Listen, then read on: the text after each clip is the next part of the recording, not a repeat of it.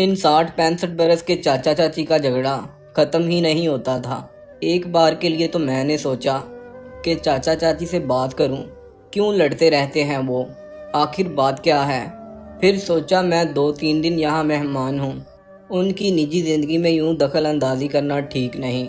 मगर थोड़ी देर बाद ज़ोर ज़ोर से चाची की बुड़बुड़ाने की आवाज़ें आईं तो मुझसे रहा नहीं गया। मैं कमरे से बाहर आया तो देखा चाचा बाल्टी में पानी और हाथ में पोंछा लिए खड़े थे। मुझे देखकर मुस्कुराए और फिर फर्श की सफाई में लग गए।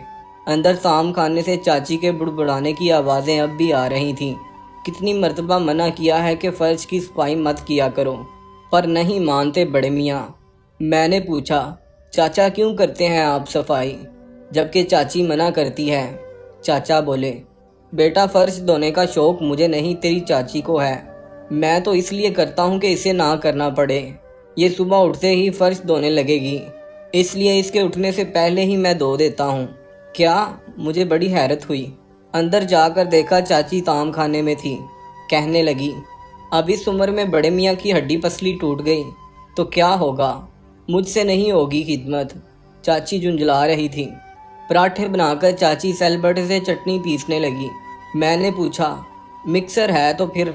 तेरे चाचा को बड़ी पसंद है सेलबटे पर बनी चटनी, बड़े शौक से खाते हैं। दिखाते यही हैं कि उन्हें पसंद नहीं। उधर चाचा भी नहा धोकर फारिग हो चुके थे।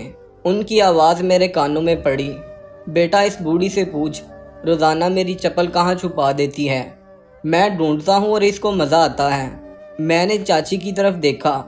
वो कप में चाय अंडेलते हुए मुस्कुराई और बोली, हाँ मैं ही छुपाती हूँ चप्पल, ताकि ये सर्दी में जूते पहनकर बाहर जाएं। देखो कैसे उंगलियां सूज जाती हैं। मैंने नाश्ते की तरफ ध्यान देना बेहतर जाना। हम तीनों साथ में नाश्ता करने लगे। इस नोकझोंक के पीछे छुपे प्यार को देखकर मेरी आंखें नम हो गईं और मुझे बड़ा अच्छा भी लग रहा था। नाश्ते के दौरान भी बहस चलती रही। चाचा बोले, मुझे थैला 2 सब्जी ले आऊं।